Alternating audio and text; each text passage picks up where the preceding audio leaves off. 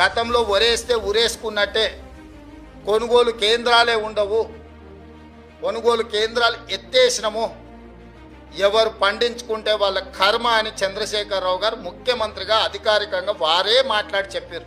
ఒరేసుకుంటే ఉరేసుకుంటు అనే పరిస్థితి నుంచి వరి వేసుకోండి, కనీస మద్దతు ధరించి కొంటమనే కాకుండా సన్నాలు పండించండి, 500 రూపాయల బోనస్ ఇస్తామని చెప్పి ఈ రోజుకి 31 లక్షల మెట్రిక్ టన్నుల వరి ధాన్యాన్ని మా ప్రభుత్వం సేకరించింది.